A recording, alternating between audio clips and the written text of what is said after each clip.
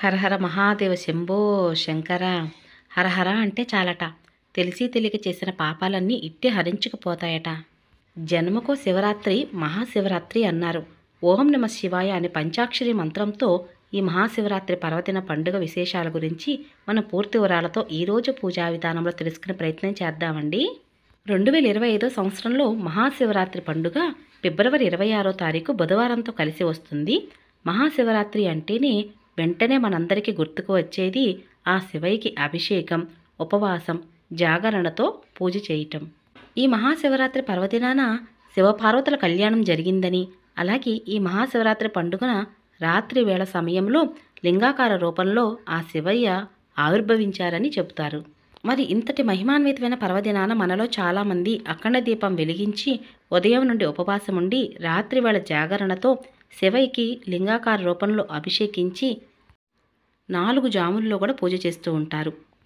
మరి ఇంతటి విశిష్టత కలిగినటువంటి మహాశివరాత్రి పర్వదినాన ఉపవాసం ఎలా ఉండాలి, జాగరణ ఎలా చేయాలి, అఖండ దీపం వెలిగించిన వారే ఈరోజు శివయ్యకి అభిషేకించాలా, లేదా నిశితకాల సమయంలో పూజ చేసినా చాలా, లేదంటే ఉపవాసం జాగరణ లేకపోతే శివరాత్రి పూజను చెయ్యకూడదా? ఈ మహాశివరాత్రి పర్వదినాన ముఖ్యంగా వెలిగించవలసిన దీపాలు ఏమిటి? ఈరోజు పూజ చేయడం కుదరని వారు మళ్ళీ ఎప్పుడు పూజ చేయవచ్చు? శివయ్యకి అభిషేకం ఎందుకు చెయ్యాలి? ఆ పరమశివుణ్ణి అభిషేక ప్రియుడు అని ఎందుకు అంటారు? అలాగే ఈ మహాశివరాత్రి పర్వదినాన నిశితకాల పూజా సమయం ఏమిటి? అలాగే 4 జాముల పూజ ఎలా చెయ్యాలి? జాగరణ ఎలా చెయ్యాలి? ముఖ్యంగా ఈ రోజున శివయ్యకి నివేదించవలసిన నైవేద్యం ఏమిటి అనే విషయాలన్నిటి గురించి పూర్తి వివరంగా మనం ఈరోజు పూజా విధానం తెలుసుకునే ప్రయత్నం చేద్దామండి. పూజా విధానం ఎక్కడా స్కిప్ చేయకుండా చివరి వరకు చూసినట్లయితే ప్రతి ఒక్క విషయం చాలా చక్కగా అర్థమవుతుంది. శివుని ఆజ్ఞ లేనిదే చీమైనా కుట్టదు అని అంటారు. ఆ శివయ్య అనుగ్రహం దొరికిందని అనుకుంటున్నానండి. ఆ శివయ్యే నేను పూజ చేసేటప్పుడు ఈ విధంగా నాకు వరప్రసాదంగా నువ్వు కోరిన సంకల్పం నెరవేరుతుందమ్మా అని చెప్పినట్టుగా అనిపించింది. నాకు చాలా సంతోషం అనిపించిందండి. ఇంకా కళ్ళకద్దుకొని ఆ పువ్వునైతే నేను తలలో పెట్టుకున్నాను. ఇటువంటి చిన్న చిన్న ఆనందాలు మన మనసుకి ఎంతో సంతోషాన్ని కలగచేస్తాయి. అలాగే ఏ చిన్న బాధ కలిగినా కూడా మనసుని ఎంతో బాధ పెడుతూ ఉంటాయి. అంటే మనసంతా కూడా కలత చెందుతూ ఉంటుంది. కాబట్టి పూజ చేసేటప్పుడు కొన్ని నియమాలు తప్పనిసరి అండి. ఆ నియమాలు తెలుసుకుని పూజ చేసినట్లయితే ఆ శివయ్య అనుగ్రహం అందరికీ కలుగుతుందండి. నాకు నాన్నగారు లేరండి, కాలం చేశారు. అయితే నాకు నాన్నగారు కాలం చేసి 7 సంవత్సరాలు అవుతుంది. అప్పటి నుంచి కూడా నేను శివయ్యని ఇట్లా అయ్యా అని పిలుస్తూ నేను శివయ్యకి నా చిన్నపాటి బాధ వచ్చినా సంతోషం వచ్చినా నేను శివయ్యకి చెప్తానండి. అందుకని శివయ్య అంటాను. ఇదంతా కూడా ఒక నమ్మకంతో కూడుకున్నదేనండి. కాబట్టి నమ్మకమే మన జీవితంలో ఎదరకు నడిపిస్తూ ఉంటుంది. కాబట్టి ఎక్కువగా నేను శివపార్వతుల పూజని అలాగే శివయ్యని ఎక్కువగా ఆరాధన చేస్తూ ఉంటాను. అందులోనూ మా ఇంటి దైవం శివయ్యేనండి. అందుకనే శివయ్య ఎక్కువ పూజలు చేస్తూ ఉంటాను. అందుకే శివయ్య అని పిలుస్తాను. ఈ చిన్న విషయం మీ అందరికీ చెప్పాలనుకున్నానండి. అయితే ఈ రోజున ప్రత్యేకంగా వెలిగించవలసిన దీపాలలో నారికేళ దీపం, అదేనండి కొబ్బరి దీపం, టెంకాయ దీపం అని అంటారు కదా. కాబట్టి ముందుగా మన మనసులో ఉన్న సంకల్పాన్ని ఈ రోజున శివయ్య ముందు చెప్పుకొని తప్పనిసరిగా ఈ టెంకాయ దీపం అయితే వెలిగించండి. చాలా అంటే చాలా మంచి జరుగుతుంది. మీ గోత్రనామాలు చెప్పుకొని శివయ్య ముందు ఈ కొబ్బరి దీపారాధన వెలిగించండి. అయితే కొబ్బరికాయని ఇలా నమస్కరించుకొని సంకల్పం చెప్పి కొబ్బరికాయ కొట్టిన తర్వాత 3 కన్నులు ఉన్నటువంటి కొబ్బరి చెప్పని తీసుకొని చక్కగా నీటితో కడిగి విభూతితో అలంకరణ చేసి శివయ్య నామాన్ని పెట్టి ఆ తర్వాత ఆ కొబ్బరి చెప్పనైతే ఈ విధంగా దీపారాధన కోసం సిద్ధం చేసుకోవాలండి. ఈ విధంగా మహాశివరాత్రి వేళ కార్తీక మాసంలో ప్రతి సోమవారము ఇలా వెలిగిస్తూ ఉంటే చాలా అంటే చాలా మంచి జరుగుతుంది. లేదా నెలకి ఒకసారి వచ్చే మాస శివరాత్రి వేళ లేదా ఆర్ధ నక్షత్రం వేళ ఇలా కొబ్బరికాయ దీపారాధన వెలిగిస్తే చాలా అంటే చాలా మంచిదండి. దీపం పరబ్రహ్మ స్వరూపం కాబట్టి దీపం రూపంలో ఆ పరమాత్మని పూజిస్తే చాలా అంటే చాలా మంచి జరుగుతుంది. కాబట్టి దీపాన్ని వెలిగించి పూజించటంలో మనకి ఎటువంటి సందేహం అవసరం లేదండి. ఆనవాయితీ అవసరం లేదు, ఎవరిని అడిగి పెట్టనవసరం లేదు. కాబట్టి దేవుని మందిరంలోనే మీరు ఈ కొబ్బరికాయ దీపారాధన ప్రతి సోమవారం వేళ వెలిగించవచ్చు. అయితే ఒక రాగి ప్లేట్, ఇతర ప్లేట్, వెండి ప్లేట్ తీసుకొని కొద్దిగా బియ్యం పోసి ఇలా ఓమని కానీ లేదంటే స్వస్తికి కానీ గుర్తు వేసి కొద్దిగా కుంకుమ వేసి ఆ పైన కదలకుండా ఈ విధంగా కొబ్బరికాయ దీపారాధన పెట్టండి. అందులో నిండుగా నువ్వుల నూనె పోసి 2 ఒత్తును ఒత్తుగా చేస్తూ 3 ఒత్తులు అయితే వెలిగించాలండి. ఆ శివయ్య త్రినేత్రుడు కదా, అందుకని 3 ఒత్తులను ఈ విధంగా వెలిగించాలి. అలాగే మనం కొబ్బరి చెప్పను కూడా తీసుకునేటప్పుడు 3 కళ్ళు ఉన్నటువంటి కొబ్బరి చెప్పనే తీసుకోవాలి. అలాగే రుద్రాక్ష మాల ఉన్నట్లయితే శివయ్యకి ఈ రోజున అలంకరణ చేయండి. అలాగే రుద్రాక్ష దీపాన్ని వెలిగించడానికి ప్రయత్నించండి. రుద్రాక్ష దీపం ఎలా వెలిగించాలి, ఎలా తయారు చేసుకోవాలి అంటే ఇక్కడ మీరు చూస్తున్నారు కదండి, వరిపిండి తీసుకోవాలి. ఎక్కువగా అవసరం కొద్దిగా వరిపిండి సరిపోతుంది. అందులో కొద్దిగా విభూది, అలాగే కొంచెం బెల్లం, ఆవు పాలు ఉంటే ఆవు పాలు, లేదా నీళ్ళండి, లేదా గంగా జలం ఉంటే చక్కగా ముద్దగా చేసుకోండి. చేసుకొని ఒక్క 2 నిమిషాలు ఆగిన తర్వాత ప్రమిదని తయారు చేయండి. ఎక్కడా కూడా పిండి ప్రమిద అనేది పగలకుండా రౌండ్గా ఈ విధంగా వస్తుంది. ఈ రుద్రాక్ష దీపానికి ముందుగా గంధం కుంకుమ బొట్లతో ఇందాక ఎలా అయితే కొబ్బరి దీపారాధనకి శివయ్య నామాన్ని వేసామో ఆ విధంగా పెట్టుకోవాలండి. ఇలా పెట్టుకున్న తర్వాత 2 రుద్రాక్షలు, 3 రుద్రాక్షలు, 5, 7 ఎన్ని రుద్రాక్షలు ఉన్నా సరే ఒక ప్లేట్లో బియ్యం పోసి ఆ పైన రుద్రాక్షలు పెట్టి ఒక తమలపాకు పైన ఇలా పిండి దీపం అనేది వెలిగించాలండి. అంటే వెలిగించడానికి సిద్ధం చేసుకోవాలి. ఈ మహాశివరాత్రి పర్వదినాన కొబ్బరికాయ దీపారాధన, రుద్రాక్ష దీపం, అఖండ దీపం వెలిగించవచ్చు. ఒకవేళ అఖండ దీపం వెలిగించే ఆనవాయితీ ఆచారం కనుక లేనట్లయితే కొబ్బరికాయ దీపారాధన వెలిగించవచ్చు. అలాగే ఒక రాగి ప్లేట్ తీసుకున్నానండి. ముందుగానే పసుపు కుంకుమతో అలంకరణ చేసి కొద్దిగా బియ్యం వేసి పసుపు కుంకుమ వేసి ఒక తమలపాకు పెట్టి ముందుగా తయారు చేసుకున్నటువంటి ఈ పిండి దీపాన్ని ఆ పైన పెట్టాను. నా దగ్గర 2 రుద్రాక్షలు ఉన్నాయండి. రుద్రాక్షని శివయ్య కన్నుగా భావిస్తాం కదా, అందుకని శివయ్య 2 కళ్ళుగా భావిస్తే నేను 2 రుద్రాక్షలు పెట్టుకుంటున్నాను. మీ దగ్గర రుద్రాక్ష మాల ఉందనుకోండి, రుద్రాక్ష మాలను కూడా ఈ ప్రమిది చుట్టూ పెట్టవచ్చు. ఈ రోజున శివయ్యకి అభిషేకిస్తే చాలా అంటే చాలా మంచిదండి.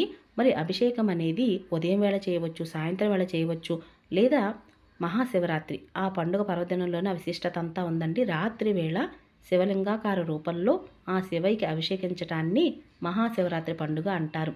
ఎందుకంటే మరి రాత్రి వేళే శివయ్య లింగాకారంలో ఆవిర్భవించారండి. ఒకానొక రోజు బ్రహ్మదేవుడు, శ్రీ మహావిష్ణువు తమలో తామే గొప్పని ఒకరికొకరు దూషించుకుంటూ ఉంటారండి. ఇలా వారి మధ్యన తగాదా తీర్చేందుకు ఆ శివయ్య ఒక స్తంభ రూపంలో ఆవిర్భవించారు. ఆ రోజే శివరాత్రి. ఆ శివరాత్రి వేళ అర్ధరాత్రి 12 గంటలకి శివయ్య లింగాకార రూపంలో ఆవిర్భవించారండి. అలాగే ఆవిర్భవించిన ఈ సమయాన్ని నిశితకాల సమయం అని అంటారు. కాబట్టి ఈ నిశితకాల సమయంలో శివయ్యని అభిషేకించినట్లయితే జన్మ జన్మ పాపాలన్నీ తొలగిపోతాయట. అందుకుగాను ఈ నిశిత కాలంలో శివయ్యకి అభిషేకిస్తే చాలా అంటే చాలా మంచిది. అందుకుగాను మీ దగ్గర కనుక శివలింగం ఉన్నట్లయితే ఈరోజు తప్పకుండా అభిషేకించండి. ఒకవేళ మీ దగ్గర కనుక శివలింగం లేనట్లయితే రుద్రాక్షని పూజలో పెట్టుకుని శివయ్యగా భావిస్తూ అభిషేకం అనేది చేయవచ్చు. మరి ఇంట్లోనే ఈ విధంగా అభిషేకం అనేది పూజా మందిరంలోనే చేయవచ్చండి.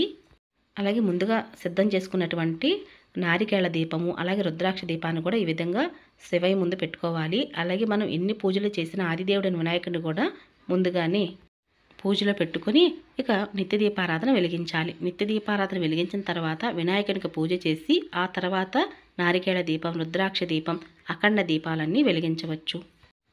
పువ్వులతో అలంకరణ, అక్షంతలతో అష్టోత్తరము, లేదా ఓం గం గణపతియే నమః అంటూ వినాయకుడిని పూజించాలి. అలాగే నేను ఈ పూజ చేస్తున్నాను తండ్రి, ఎక్కడా కూడా ఆటంకం లేకుండా నిర్విరామంగా పూజ అనేది జరిగేలాగా చూడు, అలాగే నా సంకల్పం నెరవేరేలా చూడమని చెప్పి ముందుగా గణపతికి నమస్కరించుకొని దీపం చూపించి ధూపం వేసి ఏదైనా సరే నైవేద్యం పెట్టాలండి. చిన్న బెల్లం ముక్క అయినా సరే నైవేద్యంగా పెట్టవచ్చు. దీపధూప నైవేద్యాలు సమర్పించిన తర్వాత వినాయకుడు నమస్కరించుకొని ఆ తర్వాత శివయ్యకి అభిషేకం అనేది చేయవలసి ఉంటుందండి. అలాగే మహాశివరాత్రి పర్వదినాన ఉదయం వేళైనా శివయ్యకి అభిషేకించవచ్చు, సాయంత్రం వేళ అభిషేకించవచ్చు, నిశ్చితకాల పూజా సమయంలో, లేదా జాగరణ చేస్తూ రాత్రి వేళ 4 జాముల్లో కూడా అభిషేకం అనేది చేయవచ్చు. ఇక ఇప్పుడు నారికేళ దీపం, అలాగే రుద్రాక్ష దీపాన్ని కూడా వెలిగించుకొని ధూపం వేసి 2 అక్షంతలు, విభూది అక్షంతలండి, విభూది అక్షంత చేత్తో పట్టుకొని శివయ్య పట్టం దగ్గర 2 అక్షంతలు వేసి, అలాగే విగ్రహం దగ్గర, శివలింగాకారం దగ్గర, అలాగే మనం వెలిగించినటువంటి దీపాల దగ్గర కూడా వేసి నమస్కరించుకోవాలి. ఈ రోజున శివయ్యకి తెల్ల జిల్లేడు పూలు కనుక మీకు దొరికినట్లయితే తెల్ల జిల్లేడు పూలతో మాలగా చేసి శివయ్యకి అలంకరణ చేయండి. అలాగే విభూతిని కూడా మీరు నుదుటిని ధారణ చేయండి. భక్తి శ్రద్ధలతో శివయ్యని పూజించడానికి ప్రయత్నించండి. జన్మకో శివరాత్రి అని ఊరికే అనలేదండి. కాబట్టి శివయ్యని పూజించేటప్పుడు భక్తి శ్రద్ధలతో ఒక్క సంవత్సరమైనా సరే మహాశివరాత్రి పర్వదినాన ఉపవాసం, జాగరణతోటి పూజ అనేది చేయవలసి ఉంటుంది. ఇలా ఎవరైతే శివయ్యకి మహాశివరాత్రి పర్వదినాన పూజ చేస్తారో వారికి జన్మ పాపాలు తొలగిపోయి మోక్షం అనేది ప్రాప్తిస్తుంది. మరు జన్మంటూ ఉండదటండి. శివయ్యకి అభిషేకం ఎందుకు చేయాలి, ఎందుకు చేస్తారు అంటే హలాహలాన్ని గొంతు దగ్గర అలాగే నిలిచి ఉంచిన ఆ శివయ్య, అలాగే త్రినేత్రుడు 3 కన్నులు కలిగినటువంటి ఆ శివయ్య ఎప్పుడూ కూడా 3వ కన్ను అనేది నుదుటి మీద ఉంటుందండి. భగభగలాడుతూ ఆ త్రినేత్రుడు ఆ కన్నుని అలాగే గొంతులో ఉంచినటువంటి ఆ హలాహలాన్ని చల్లబరిచేందుకు ఎప్పుడు కూడా శివయ్యకి అభిషేకించినట్లయితే చల్లబడతారు. శాంతిమూర్తిగా ఈ లోకాన్నంతటిని కూడా రక్షిస్తారని ఒక నమ్మకంగా మన పురాణాలే చెప్తున్నాయండి. అలాగే శివలింగాకారం ఉన్న ప్రతి ఒక్కరి దగ్గర నంది కూడా ఉంటే చాలా మంచిదండి. అయితే మనం అభిషేకించేటప్పుడు ఆవు పాలు, ఆవు పెరుగు, పంచదార, తేనె, ఆవు నెయ్యి, ఈ పంచామృతాలతో పాటుగా ఇంకా ఎన్నో రకాలతోటి శివయ్యకి అభిషేకం అయితే చేయవచ్చండి. 25 రకాల అభిషేక ద్రవ్యాలతో శివయ్యని అయితే అభిషేకించవచ్చు. అయితే ఈ మహాశివరాత్రి పర్వదినాన జాగరణతో ఉంటూ శివయ్యకి అభిషేకించేటప్పుడు ఇలా ఇన్ని రకాలతో అభిషేకిస్తే చాలా అంటే చాలా మంచిది. అలాగే ఏ ఏ ద్రవ్యాలతో శివయ్యకి అభిషేకిస్తే ఎటువంటి ఫలితాలు కలుగుతాయి అనే విషయాన్ని ముందుగానే వీడియో పోస్ట్ చేస్తున్నానండి. మీరు ఎవరైనా మిస్ అయినట్లయితే ఆ వీడియో కూడా చూడండి.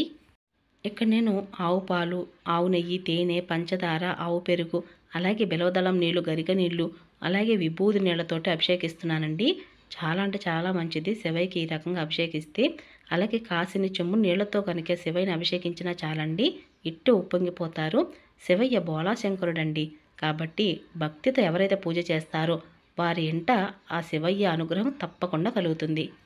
ఇక్కడ మీరు చూస్తుంది వట్టివేర్లండి. వట్టివేర్ల నీళ్లతో కూడా శివయ్యకి అభిషేకించవచ్చు. అయితే నేను వట్టివేర్లతో నీళ్లతో కూడా అభిషేకించిన తర్వాత మంగళహారతులు అవి ఇవ్వాలండి. ఇచ్చిన తర్వాత అభిషేకించిన ఆ జలాన్ని చాలా జాగ్రత్తగా తీయాలండి. తీసి ఎక్కడ పడితే అక్కడ వేయకూడదు. వట్టివేర్లు ముంచి గోళ్ల మీద అంటే ఇల్లంతా కూడా ప్రోక్షణ చేయవచ్చండి. అలాగే కొంచెం నీళ్ళ మీద చల్లుకోండి. అలాగే తీర్థంగా కూడా తీసుకోవచ్చు. పూజానంతరం తీసుకోవచ్చండి. ఇక శుభ్రపరుచుకొని చక్కగా ఇంకా విభూది ఇంకా కుంకుమ బొట్లతో అలంకరణ చేసి రుద్రాక్ష మాల ఉంటే లేదంటే బిలవదళాలు ఉంటే అలంకరణ చేయండి. ఈ మహాశివరాత్రి పూజను మీరు దేవుని మందిలో పూజ చేసుకోవచ్చు, లేదా సపరేట్గా పూజాపేటను ఏర్పాటు చేసి పూజ అయితే చేసుకోవచ్చండి. ముఖ్యంగా ఈ రోజున బిలవదళాలతో శివయ్యకి శివ అష్టోత్తరము, అలాగే బిల్వాష్టకము, శివ పంచాక్షరి స్తోత్రము ఇవన్నీ కూడా శివయ్య నామస్మరణతో ఉంటాయి కాబట్టి ఇవన్నీ కూడా చదవలసి ఉంటుంది. కాబట్టి శివ అష్టోత్తరాన్ని నేను ఇక్కడ తెల్లటి పువ్వులతోటి అంటే కాగడ పువ్వులతోటి శివయ్యకి అయితే నేను అష్టోత్తరం చదువుతున్నానండి. భక్తితో కొలిచే ప్రతి భక్తుని యొక్క కోరికలు భగవంతుడు తప్పకుండా తీరుస్తారు. కాబట్టి ఈ రోజున ఉదయం వేళ, సాయంత్రం వేళ, అలాగే రాత్రి జాగరణతోటి శివయ్యని పూజించవచ్చు. మరి మేము ఈ రోజున ఉపవాసం ఉండలేమండి, అఖండ దీపం ఏమి వెలిగించలేము, మేము పూజ చేయవచ్చా అంటే చేయవచ్చండి. ఇలా నారికేళ్ల దీపము, రుద్రాక్ష దీపం వెలిగించి ఉదయం వేళ, సాయంత్రం వేళ లఘుగా పూజ చేసుకోవచ్చు. అలాగే ఈరోజు నాన్ వెజ్ అది తినకూడదండి, బ్రహ్మచర్యం పాటించాలి. కాబట్టి ఇటువంటి చిన్న నియమాలు తప్పనిసరి. ఉపవాసం మరి జాగరణ ఎలా చేయాలండి అంటే ఉపవాసం ఉన్నవారు ఫిబ్రవరి 26వ తారీఖు ఉదయం వేళ నుంచి కూడా ఉపవాసం ఉండాలండి. గట్టిగా ఉపవాసం ఉండాలి నియమం అయితే లేదు. పండ్లు, పాలు తీసుకుంటూ ఉపవాసం అనేది చేయవచ్చండి ఉదయం నుంచి. అలాగే ఉపవాసం ఉండి సాయంత్రం వేళ కూడా లఘుగా పూజ చేసి మనకి 24 గంటలు అంటే 8 జాములండి. అంటే పగలంతా కూడా 4 జాములు, రాత్రి వేళ 4 జాములు. కాబట్టి ఈ 4 జాముల పూజా సమయాలు కూడా మీ స్క్రీన్ మీద ఇస్తాను. ఆయా సమయాల్లో శివయ్యకి అభిషేకం అయితే చేయవలసి ఉంటుంది. మేము అప్పటి వరకు ఇలా జాగరణ అయితే చేయలేమండి. మరి నిశ్చితకాల పూజా సమయంలో పూజ చేయవచ్చునా అంటే చేయవచ్చండి. అది శివయ్య ఆవిర్భవించిన సమయం కాబట్టి ఆ నిశ్చితకాల పూజా సమయంలో అయినా సరే అప్పటి వరకు అంటే జాగరణ చేస్తూ అభిషేకం అనేది చేయవచ్చు. మరి శివయ్యకి ఈరోజు నివేదించవలసిన నైవేద్యం ఏమిటి అంటే పాలతో చేసిన పరమన్నం, పులిహార, చక్కెర పొంగలి నివేదన చేయవచ్చు. మరి ఈ రోజున తప్పనిసరిగా అఖండ దీపం వెలిగించాలా అంటే అఖండ దీపం వెలిగించి ఉపవాసం, జాగరణ అనేది మహాశివరాత్రి పర్వదినాన్ని చేస్తూ ఉంటారండి. ఒకవేళ మేము ఉపవాసం ఉండలేమండి, జాగరణ చేయలేమండి అనుకున్న వారు మాత్రం ఈ దీపాలు వెలిగించండి. అయితే ఇక్కడ మీరు చూస్తున్నారు కదా, డమరుక నాదం శివయ్యకి చాలా ఇష్టం అనమాట. డమరుక నాదం ఎక్కడైతే ఏ ఇంట్లో మోగుతూ ఉంటుందో ఆ ఇంట్లోకి శివయ్య ప్రవేశిస్తారట. శివపార్వతుల యొక్క అనుగ్రహం వలన వారి ఇంట ఉన్నటువంటి కష్టాలన్నీ ఇట్టే తొలగిపోతాయి. ఎందుకంటే శివయ్య బోళాశంకరుడండి. కాబట్టి ఆ శివయ్యని ఈ మహాశివరాత్రి పర్వదినాన్ని సరే భక్తితో పూజ చేయండి. అంతేగాని గొడవలు పెట్టుకుంటూ ఇంట్లో మనసును ప్రశాంతంగా ఉంచకుండా పూజలు అయితే చేయవద్దండి. అలాగే మీ దగ్గర పువ్వులు ఎక్కువగా లేకపోయినా సరే విభూది అక్షంతలతో అయినా సరే శివయ్యకి ఈ రోజున అష్టోత్తరం అయితే చదవచ్చు. అలాగే విభూతితో అభిషేకించవచ్చు. పొడి విభూతితో కూడా అభిషేకం చేయవచ్చు. మీరు ఇంట్లో ఇలా పూజ చేయడం కుదరని వారు గుడికి వెళ్ళి కూడా పూజ చేయవచ్చు. అయితే ఈరోజు పూజ చేయడం కుదరని వారు అంటే ఉద్యోగరీత్యా లేదా పీరియడ్ టైం వలన ఊరు వెళ్ళవలసి వస్తే ఈరోజు పూజ చేయడం కుదరని వారు మళ్ళీ ఎప్పుడు ఈ పూజను చేయవచ్చు అంటే ప్రతి మాసంలో కూడా మనకి మాస శివరాత్రి వస్తుంది. ఆ సమయంలో లేదా ఆర్ధ నక్షత్రం ఉన్న సమయంలో మీరు శివయ్యకి అయితే పూజ చేయవచ్చండి. ఇలా పూజ చేసిన తర్వాత డమరుకనాథను మోగించిన తర్వాత తప్పనిసరిగా ఈ రోజున ఉసిరికాయ దీపం మీద ఇలా పువ్వు పొత్తు పెట్టి దీపం వెలిగించి హారతి అనేది ఇవ్వవలసి ఉంటుందండి. ఈ విధంగా ఉదయం వేళ, సాయంత్రం వేళ లేదా జాగరణ చేసేవారు, 4 జాముల పూజ చేసిన వారు లేదా నిశ్చితకాల పూజా సమయంలో పూజ చేసిన వారు తప్పనిసరిగా మంగళహారతి తీస్తే చాలా అంటే చాలా మంచిది. 5 ఉసిరికాయ దీపాలు కూడా పెట్టి వెలిగించవచ్చండి. లేదా ఈ విధంగా ఒక్క ఉసిరికాయ మీదైనా సరే పువ్వొత్తి పెట్టి వెలిగించి శివయ్యకి ఈ రోజున మరి మంగళహారతి ఇవ్వండి. ఇలా ఈ విధంగా మహాశివరాత్రి పర్వదినాన అందరూ కూడా శివయ్య యొక్క అనుగ్రహం కోసం పూజ అయితే చేయండి. మరి ఉపవాసం జాగరణ ఎప్పుడు విరమించాలి అంటే గురువారం అంటే ఫిబ్రవరి 27వ తారీఖు ఉదయం వేళ ఉపవాసం అనేది విరమించాలి. మరి జాగరణ కూడా అంతేనా అంటే అలా కాదండి. ఎప్పుడు కూడా జాగరణ అనేది ఇక రాత్రి వేళ పూజ అయిపోయింది, ఉదయం వేళ పూజ అనంతరము జాగరణ అయిపోయింది కదా నిద్రపోవచ్చా అని అడుగుతున్నారు. అలా కాదండి. గురువారం రాత్రి వేళ ఆకాశంలో చుక్కని చూసిన తర్వాత మీ జాగరణ అనేది పూర్తవుతుంది. అప్పుడు పడుకోవచ్చండి. ఇక పూజా అనంతరం సపరేట్‌గా పూజా పెట్టెని ఎవరైతే పెట్టారో వారు పూజా పెట్టెని ఎప్పుడు కదపాలి, పూజా వస్తువులు ఏం చేయాలి అనే విషయాన్ని కూడా నేను మరొక వీడియోలో షేర్ చేస్తానండి. ఉపవాసం ఉండని వారు మాత్రం ఈ రోజున పూజా అనంతరము సాత్వికమైన ఆహారం తీసుకోండి. ఇక ఇదేనండి ఈరోజు పూజా విధానం. మీ అందరికీ నచ్చింది, యూస్‌ఫుల్ అవుతుందనుకుంటున్నాను. మరొక మంచి పూజా విధానంతో మళ్ళీ కలుసుకుంటానండి. ఇక అప్పటి వరకు నమస్కారం.